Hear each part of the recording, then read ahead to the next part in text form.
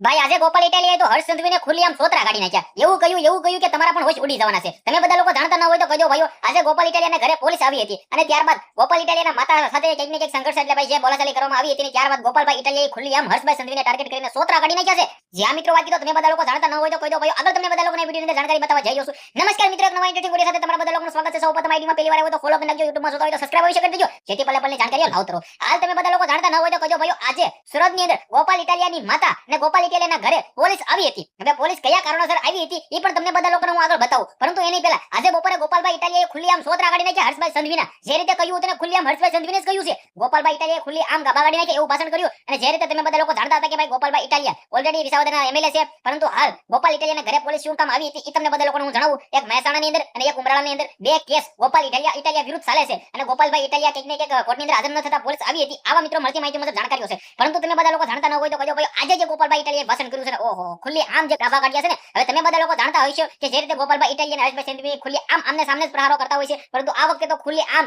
Challenge પણ આપી દીધી ને ખુલ્લી આમ સોતરા પણ કાઢી નાખ્યા. એવી રીતે ભાષણ કર્યું ને એવી રીતે ગોપાલભાઈ ઇટાલિયા બગડ્યા છે. તો હવે ગોપાલ ઇટાલિયાના ઘરે પોલીસ આવી છે ને તમારા આના વિશે શું કેવું છે, તમારી શું રાય છે, જે પણ હોય કમેન્ટની અંદર અવશ્ય જણાવી દેજો. વિડીયો શેર કરીને ફોલો અવશ્ય કરી દેજો જેથી તમારા સમક્ષ પલે જાણકારીઓ લાવતો રહું.